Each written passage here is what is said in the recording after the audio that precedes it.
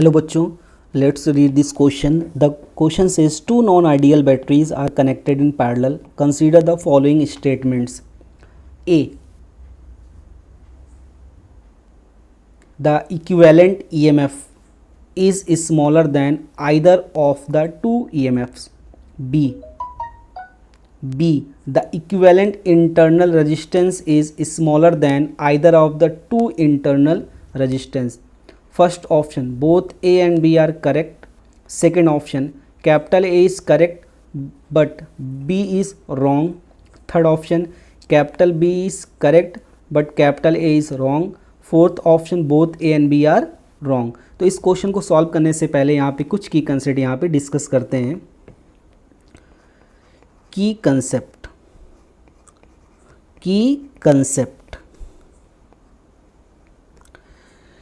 यहाँ पे हम कंसीडर करते हैं. हमारे पास एक सेल है, ये हमारे पास एक सेल हो गया और इस सेल का इंटरनल रेजिस्टेंस कितना है, स्मॉल r1, और इस सेल का जो ईएमएफ है ये एप्सिलॉन 1 है.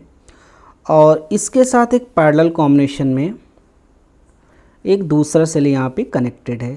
पैरेलल कॉम्बिनेशन में एक दूसरा सेल यहाँ पे कनेक्टेड है और इस दूसरे सेल का जो ईएमएफ है, इसका सेल का ईएमएफ कितना हो गया, एप्सिलॉन 2, और जो सेल का इंटरनल रेजिस्टेंस है वो कितना हो गया, स्मॉल r2. अब ये जो सेल पैरेलल कॉम्बिनेशन में कनेक्टेड है, इनका जो नेट ईएमएफ हो जाएगा, net EMF epsilon 1 divide by r1 plus epsilon 2 divide by r2 whole divide by 1 by r1 plus 1 by r2.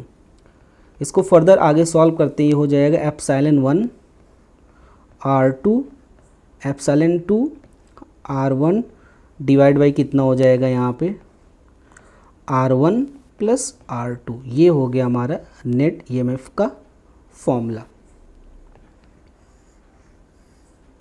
जब यहाँ पे दो सेल पैरेलल कॉम्बिनेशन में यहाँ पे कनेक्टेड हैं.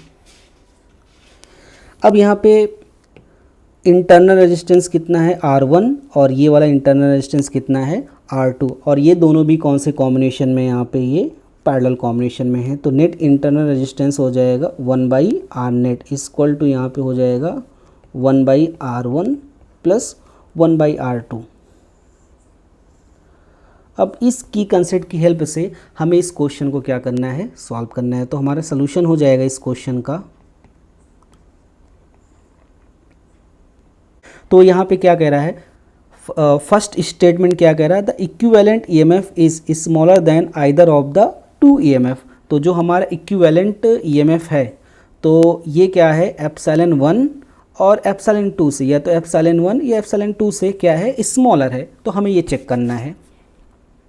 तो नेट ईएमएफ का जो फॉर्मूला हो जाएगा की कंसेप्ट से, epsilon 1 r2 plus epsilon 2 r1 divide by ये कितना हो जाएगा r1 प्लस r2. तो पहला स्टेटमेंट हमारा क्या है, the equivalent EMF is smaller then either of the two EMF. तो यहाँ पे जो हमारा नेट ईएमएफ आ रहा है ये स्मॉलर देन नहीं आ रहा, इक्वल हो सकता है, उससे ज़्यादा हो सकता है, क्योंकि यहाँ पे एप्सिलॉन 1 को हमने r2 से मल्टीप्लाई किया और एप्सिलॉन 2 को हमने r1 से मल्टीप्लाई किया. और इस क्वांटिटी को अगर हम लोग r1 प्लस r2 से डिवाइड करेंगे तो एप्सिलॉन नेट की वैल्यू या तो इक्वल आ जाएगी या तो एप्सिलॉन 1 या एप्सिलॉन 2 से ज़्यादा होगी. तो यहाँ से जो हमारा फर्स्ट स्टेटमेंट है वो क्या हो गया, रॉन्ग हो गया. अब यहाँ पे हम सेकेंड स्टेटमेंट की बात करें. ये हमारा फर्स्ट स्टेटमेंट का कंसेप्ट था. अगर हम सेकेंड स्टेटमेंट की बात करें, कह रहा the equivalent internal resistance is smaller then the either of the two internal resistance. तो जो हमारा नेट इंटरनल रेजिस्टेंस आएगा वो स्मॉलर देन होगा r1 या r2 से.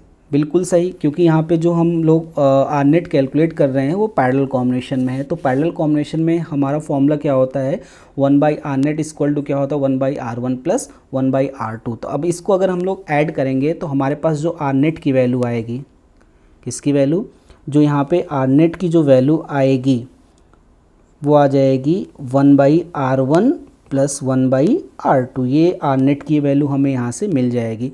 तो यहाँ पे आर नेट की वैल्यू हमेशा R1 या R2 से छोटी आएगी क्योंकि ये पैरेलल कॉम्बिनेशन में कनेक्टेड है। So final answer is epsilon net is equal to और greater than and R net is smaller than R1 and R2। यहाँ से थर्ड ऑप्शन यहाँ पे हमारा क्या हो गया, करेक्ट हो गया। थर्ड ऑप्शन ये क्या कह रहा है, कैपिटल बी इज करेक्ट, यानी सेकंड बी वाला ऑप्शन यहाँ पे सॉरी बी वाला स्टेटमेंट यहाँ पे सही है बट ए इज़ रॉन्ग, तो ए वाला स्टेटमेंट यहाँ पे क्या है, रॉन्ग है। Hope you understood well, best of luck.